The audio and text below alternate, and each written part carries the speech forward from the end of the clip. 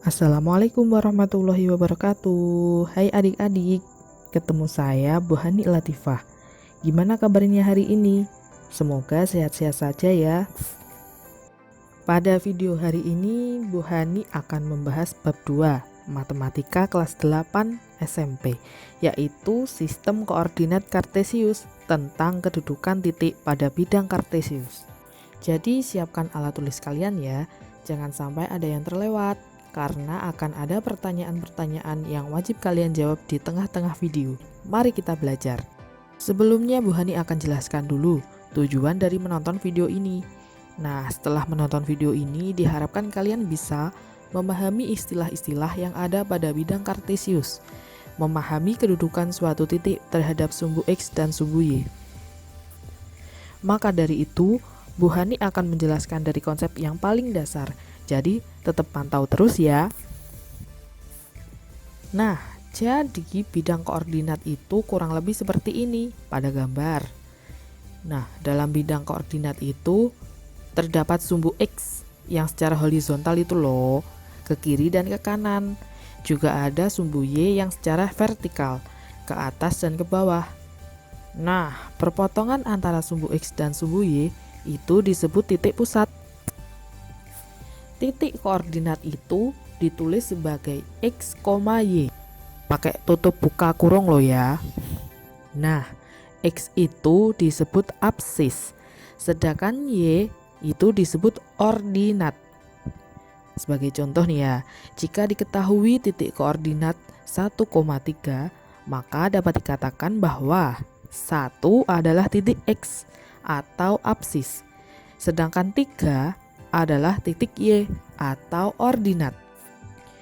Untuk lebih paham lagi, ini ada contoh soal. Bisa dilihat di gambar. Nah, di situ ada banyak sekali titik ya di sana. Nah, pertanyaannya tentukan absis dan ordinat pada titik A, titik E, dan titik H. Ayo gimana, ayo. Pertama, kalian tulis dulu titik koordinatnya. Nah, titik A itu berada di koordinat berapa? Ya, betul. Titik A itu berada pada koordinat 2,6. Nah, berarti absisnya itu berapa? Ya, betul. Absisnya itu adalah 2. Sedangkan ordinatnya itu adalah 6. Ulangi lagi. 2 adalah absis, sedangkan 6 adalah ordinat untuk titik A.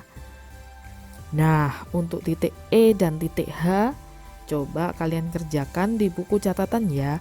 Ini sifatnya wajib loh, nanti dikumpulkan di Google Classroom. Oke?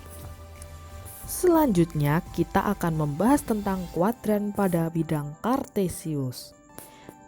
Perlu diketahui bahwa bidang kartesius itu terbagi menjadi 4 wilayah yang disebut kuadran. Nah, kuadran 1 itu berada di kanan atas, kuadran 2 berada di kiri atas, kuadran 3 berada di kiri bawah, sedangkan kuadran 4 itu berada di kanan bawah, seperti yang terlihat di gambar itu loh. Nah, ini ada contoh nih. Coba titik apa saja yang berada pada kuadran 1 dan 2? Betul sekali, pada kuadran 1 terdapat titik A dan titik B, sedangkan pada kuadran 2 terdapat titik C dan titik D. Wah, betul sekali. Nah, ini coba kalian kerjakan di buku catatan. Titik apa saja yang berada pada kuadran 3 dan 4? Sekali lagi, ini wajib dikerjakan di buku catatan loh ya. Wajib, nanti dikumpulkan di Google Classroom. Materi selanjutnya adalah jarak titik terhadap sumbu X dan sumbu Y. Misal nih, ada titik A. Bu Guru ingin tahu berapa sih jarak titik A dari sumbu X. Nah, maka Ibu Guru harus menghitung kotak-kotak di atas sumbu X sampai ke titik A. Nah, di gambar itu kan ada 6 kotak tuh ke atas. Berarti jarak ke titik A dari sumbu X adalah 6 satuan. Lalu kalau dari sumbu Y bagaimana Bu? Ya, tinggal hitung saja dari sumbu Y. Itu ada berapa kotak menuju titik A. Nah, di situ kan ada berapa kotak? 2 ya, 2. Berarti jarak titik A terhadap sumbu Y adalah 2 satuan. Gimana, paham? Biar kalian makin paham, nah coba dikerjakan soal ini. Nomor 1 ya, kita kerjakan bersama-sama dulu. Berapakah jarak titik C terhadap sumbu Y? Kita lihat titik C itu kan berada pada titik koordinat min 4,3. Nah, kita lihat, kita hitung dari sumbu Y menuju ke titik C itu kita harus melangkah berapa kotak ya?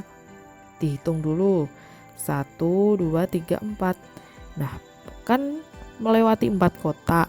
Berarti jarak antara titik C terhadap sumbu Y adalah 4 satuan. Betul sekali.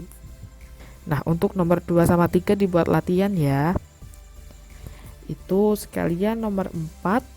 Gambarlah bangun datar segi 4 ABCD dengan koordinat titik P, Q, R, S pada bidang koordinat kartesius. Nah, pertama kalian harus buat bidang koordinat kartesiusnya dulu, baru menuliskan titik-titiknya. Kalau titik-titiknya sudah ditulis, baru kalian gabung-gabungkan.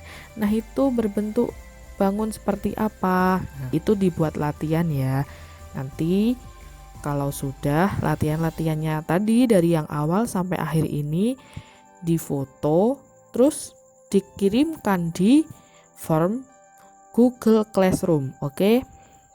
Nanti akan Ibu sediakan form untuk mengumpulkan tugas-tugas tadi. Nah, itu dulu ya materi pada hari ini. Semoga apa yang kita pelajari pada hari ini membawa keberkahan bagi kita. Semoga lain kesempatan kita bisa bertemu kembali. Ibu akhiri, apabila ada kesalahan Ibu minta maaf. Wassalamualaikum warahmatullahi wabarakatuh. Tetap jaga kesehatan ya teman-teman, adik-adik. Dadah.